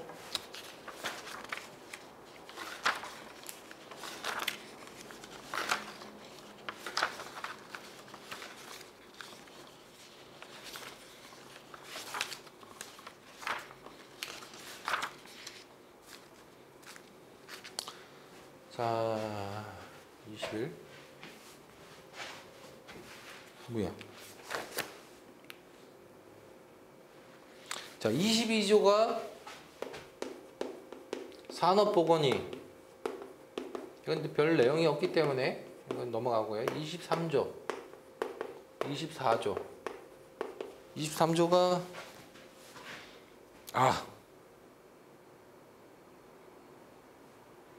명예산업감독관.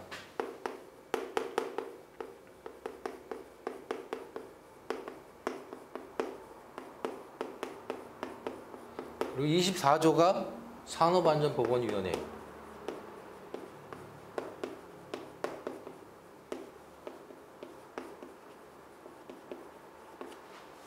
자, 명예산업감독관에 대해서 좀 설명을 드릴게요.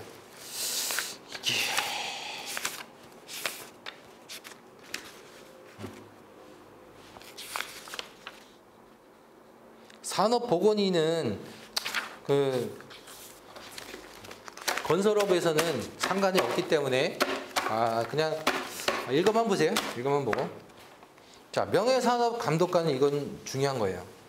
자, 이건 중요한 거기 때문에 알고 있어야 됩니다.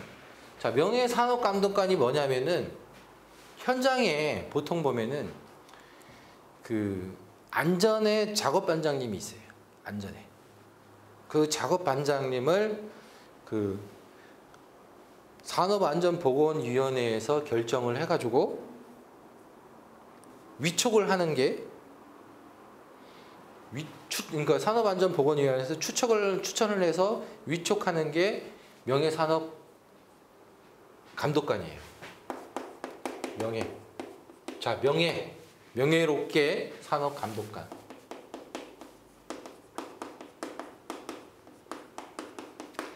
자, 일단 명예산업감독관은 위촉을 할 때 노동부에 보고를 합니다. 그래서 노동부에다가 이 사람을 그냥 명예산업감독관으로 그 위촉을 했습니다 하고 보고를 하면 이 사람은 좀 특혜를 좀 주는데 어떤 특혜를 주냐면 현장에 이제 그 점검을 할 때 현장 점검할 때 이 사람 같이 입회해가지고 근로자들 편에서 사용자 측이 아니고 근로자 측의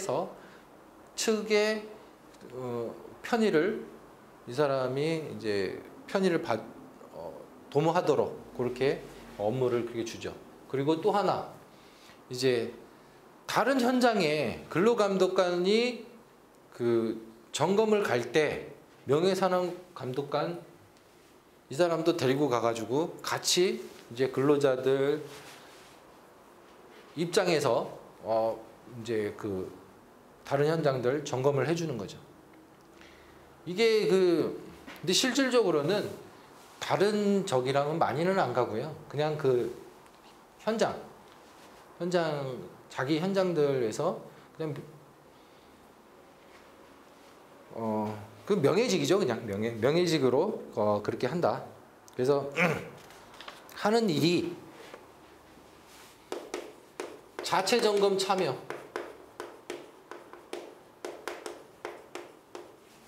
그리고 계획 수립할 때 참여하고, 그리고 그 다음에 법령을 위반하면 바로 신고합니다. 그리고 작업 중지 요청도 할 수 있어요. 그러니까 급박한 위험이 있을 때 작업 중지도 요청할 수가 있고, 그 다음에 작업 환경 측정이라든지 건강 진단 시에 입회를 해가지고 뭐 알고, 그 다음에 임시 건강, 자 직업성 질환 같은 게 의심될 때 임시 건강 진단을 요구를 할 권리가 있어요. 그 다음에 근로자 관리를 또 하고, 그 다음에 뭐 개선 건의도 하고, 뭐 이런 업무를 한 8가지를 한다. 그 정도 알고 계시면 될 것 같습니다.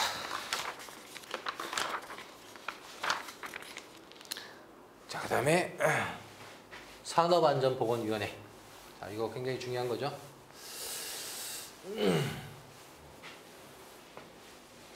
산업안전보건위원회라는 게 있어요.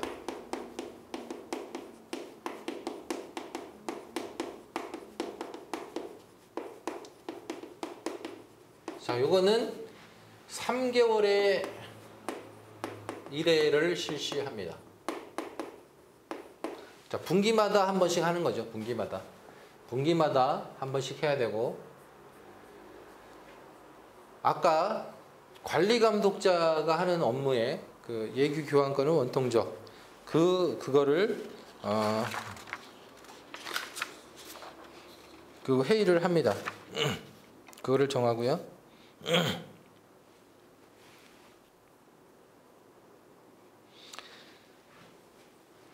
자, 구성은 사용자 측하고 근로자 측하고 동수로 구성해야 돼요. 동수.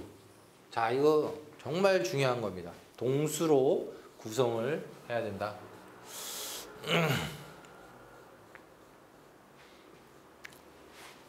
자, 이 동수로 구성을 할 때, 산업안전보건위원회는요, 이제 사용자 측에 이제 현장 소장, 자, 여기 보면, 자, 1번 현장 소장, 그 다음에 또 뭐 여기 공사과장, 뭐 그리고 그 하드업 소장 뭐 이렇게 쭉 있어요. 그 다음에 근로자는 명예산업감독관, 뭐 누구 농땡땡이, 그 어떤 반장, 미장 반장, 방수 반장. 자, 이렇게 해가지고 동수로 구성을 하고요. 간사가 보통 안전관리자입니다. 간사가. 자, 이렇게 해갖고 산업안전보건위원회를 하고요. 산업안전보건위원회가 이렇게 하고, 그 다음에 노사협의체라는 게 있어요.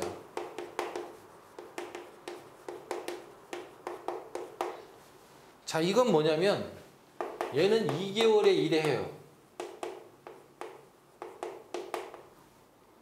그리고 얘도 마찬가지로 사용자 근로자 동수로 합니다. 자, 그러면 이게 또 헷갈리죠. 산업안전보건위원회는 뭐고 노사협의체는 뭐냐. 자, 원래 이걸 하기 전에 협의체 회의라는 게 있어요.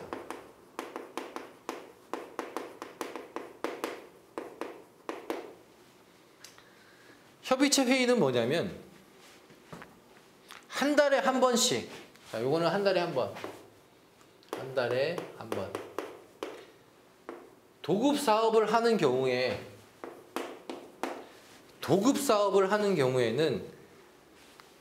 그 하도급 업체하고 협의체를 구성을 해가지고 니네 작업 안전하게 하게끔 회의를 해라 하고 하는 게 협의체 회의예요. 그런데 자, 협의체 회의를 한 달에 하는데 또 산업안전보건위원회를 해가지고 만들어서 회의를 하라고 하니까 현장 입장에서는 어때요? 회의가 너무 많은 거지. 한 달에 한 번도 하고 또 3개월에 1회 또 하고. 이 일은 언제 합니까? 이 일은 이거 너무 업무가 막중한 거 아닙니까? 하고 자꾸 정부에 민원을 넣었어요. 아, 일이 너무 많아. 이거 협의체 회의도 하고 산업안전보건위원회도 하고 뭐 업무도 똑같은데 왜 자꾸 법으로 자꾸 이런 거 만들어 가지고 우리를 통제하려고 하십니까? 업무 좀 줄여주세요 해가지고 나온 게 요거예요. 야, 그러면 협의체하고 산업안전보건위원회 이거 한 달에 한 번 하고 3개월에 1회 하던 거를 그러면 2달에 한 번만 해. 그러면은 요거 한 걸로 가름을 해줄 게가 노사협의체예요. 그래서 현장들, 건설 현장들 거의 대부분 가면 요 노사협의체만 해요.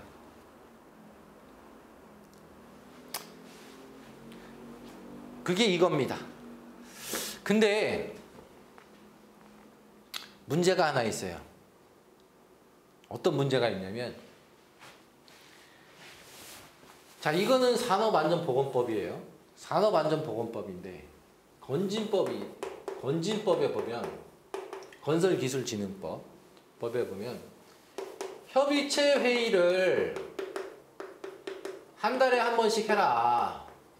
한 달에 1회를 해라. 이게 법으로 돼 있어요. 그래갖고 노동부 점검이 나오면 문제가 없어. 왜? 노동부는 산업안전보건법을 보기 때문에 니네 노사협의체 하네? 그래 잘하고 있구만? 그럼 넘어가요. 근데 국토부 점검이 나오면 국토부가 점검을 나왔는데 당신들 그 협의체 회의 가져와 보세요. 그러면은 노사협의체가 딱 갖다 줘. 그러면 아, 이거 말고요. 협의체 회의 한 달에 한 번씩 하는 거 당신들은 2달에 한 번씩 하잖아. 이거 법 위반이야. 이거 건설기술진흥법 위반. 이거 안 되겠구만 해갖고 벌점을 줘요. 엄청난 거죠.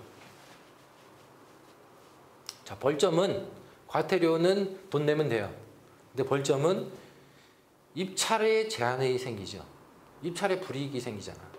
점수가 깎이니까. 가점을 받아서 낙찰을 받을까 말까 한데 가점을 받아도 거기다 점수까지 깎이면은 어떡합니까? 낙찰을 못 받지. 자, 그래서 이 건진법은 국토부 점검이 나오게 되면 이 건진법으로 이 협의체 회의가 많이 걸려요. 그래가지고 현장에 그냥 노사협의체를 그냥 한 달에 한 번씩 해라. 어차피 협의체 회의 해야 되니까 그렇게 하고 있습니다. 어차피 그 현장 소장들 매일 있으니까 그냥 그 안전점검의 날이 있잖아요. 4일에 그냥 협의체 회의하고 협의체 회의 때 노사협의체도 같이 해가지고 그 불이익을 받지 않도록 그렇게 조언을 하고 있습니다. 자, 일단 뭐 산업안전보건에는 이런 내용이고요.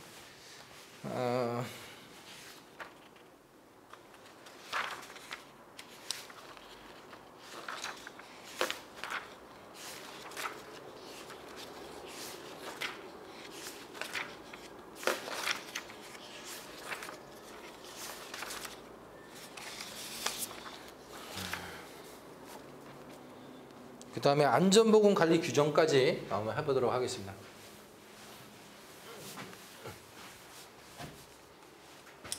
제2절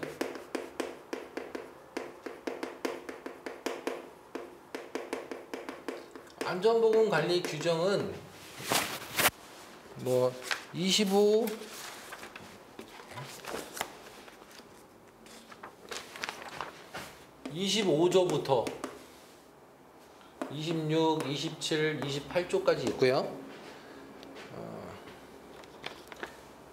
안전보건관리 규정 작성과 변경 절차, 준수, 다른 법률의 준용. 자, 예전에 그러니까 2019년까지는 이제 개정되기 전에는 작성 변경 절차, 준수까지 있었어요. 자, 여기까지 있었는데 요게 다른 법률에 준용해 가지고 새로 신설이 된 겁니다. 자, 내용을 보면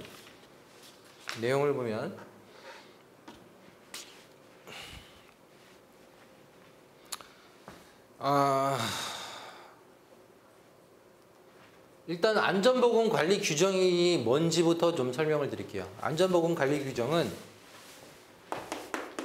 사업장 내 산업안전보건법이다.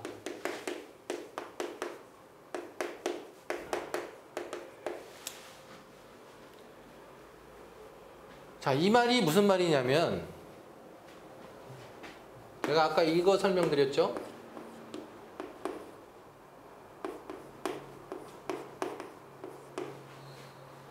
우리는 임업 현장이야. 조경 현장이고 우리는 아파트를 건설하는 현장이야. 그러면 임업에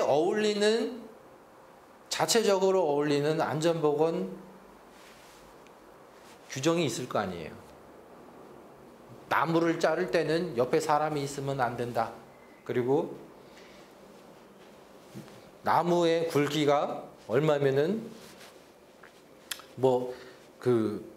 도끼로 나무를 자르고 기계톱으로 자르고 그런 근로자가 다치지 않게 하는 재해를 받지 않는 그런 안전관리 규정이 있을 거 아니에요. 그걸 정해 놓은 게 안전보건관리 규정이에요. 이것도 마찬가지. 건설 현장에 적합한 그러니까 자기만의 그리고 이게 선박도 있을 거 아니에요. 선박 제조하는 조선업들도. 조선 배가 이렇게 있다 그러면 배가 이렇게 있으면 이 배를 건조를 할 때 요 조선업에 관련된 그 안전보건관리 자기들만의 정한 기준이 있을 거 아니에요. 그게 안전보건관리 규정입니다. 사업장 내 산업안전보건법. 자, 산업안전보건법은 뭉뚱그려 있어요. 뭉뚱그려서. 자, 난간 설치하고 작업발판 설치하고 이런 것들이 있는데 이거를 세부적으로 요런 작업을 할 때는 우리는 요 규격에 맞춰서 요렇게 해서 관리를 하겠다라고 적어 놓은 거를 안전보건관리 규정이고 이 안전보건관리 규정은 산업안전보건위원회 노사협의체에서 공사를 이제 착공을 하고 위원회를 열어서 우리 사업장은 이런 식으로 관리를 합시다 하고 의결을 해야 되는 게 이 안전보건관리 규정이에요. 이거를 안 해놓으면 요 과태료죠. 과태료. 그래서 현장들 가보면 안전보건관리 규정 작성 안 해놓은 데 많은데 이 안전보건관리 규정을 작성하려면 뭐예요? 안전관리자가 있어야 되죠. 그래서 공사 금액이 그러니까 산업안전보건위원회를 설치해야 하는 대상, 산업안전보건위원회를 설치해야 하는 대상은 120억 이상. 그거 빼먹었네. 네, 그래서 150억 이상인 현장인 경우에는 그렇게 설치를 해야 됩니다.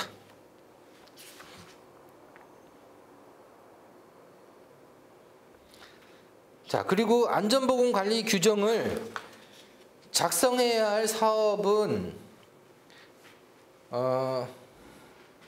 상시 근로자 300명 이상. 그렇게 보시면 돼요. 상시 근로자.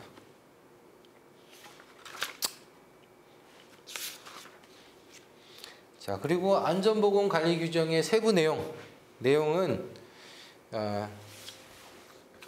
이것도 좀 설명을 좀 드릴게요. 일단 총칙. 두 번째. 첫 번째는 총칙, 두 번째는 이제 그 조직과 직무. 세 번째는 교육, 안전보건 교육. 네 번째. 그 다음에 작업장별로 안전관리, 작업장 안전관리. 자, 요거는 이제 뭐 세부로 나눠지는데요.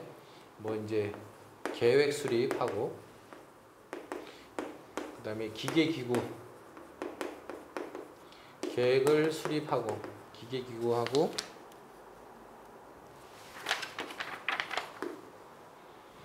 그 다음에 안전검사, 근로자 안전수칙, 그 다음에 위험물질 관리,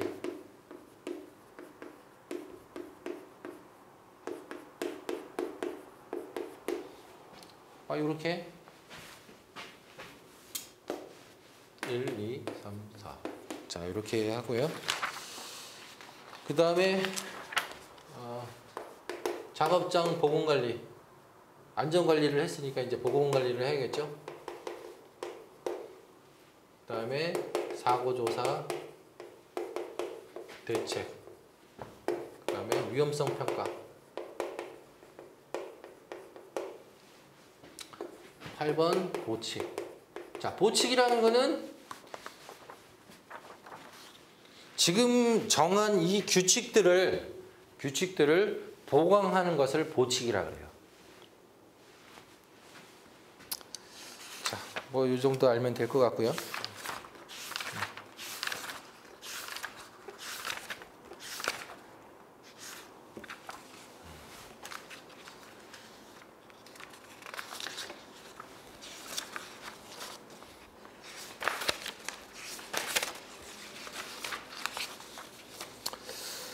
일단은 요거 안전보건관리 규정까지 뭐 요렇게 있다라는 거 아시면 될 것 같고, 중요한 거는 안전보건관리 규정 작성 대상하고요. 그 다음에 요 작성 방법, 요 정도는 알고 계셔야 된다. 그리고 안전보건관리 규정의 그 개념은 사업장 내 산업안전보건법이다. 뭐 이 정도 알고 계시면 될 것 같습니다. 자, 다음 시간에 이제 그 나머지 29조부터 안전보건교육 하도록 하겠습니다.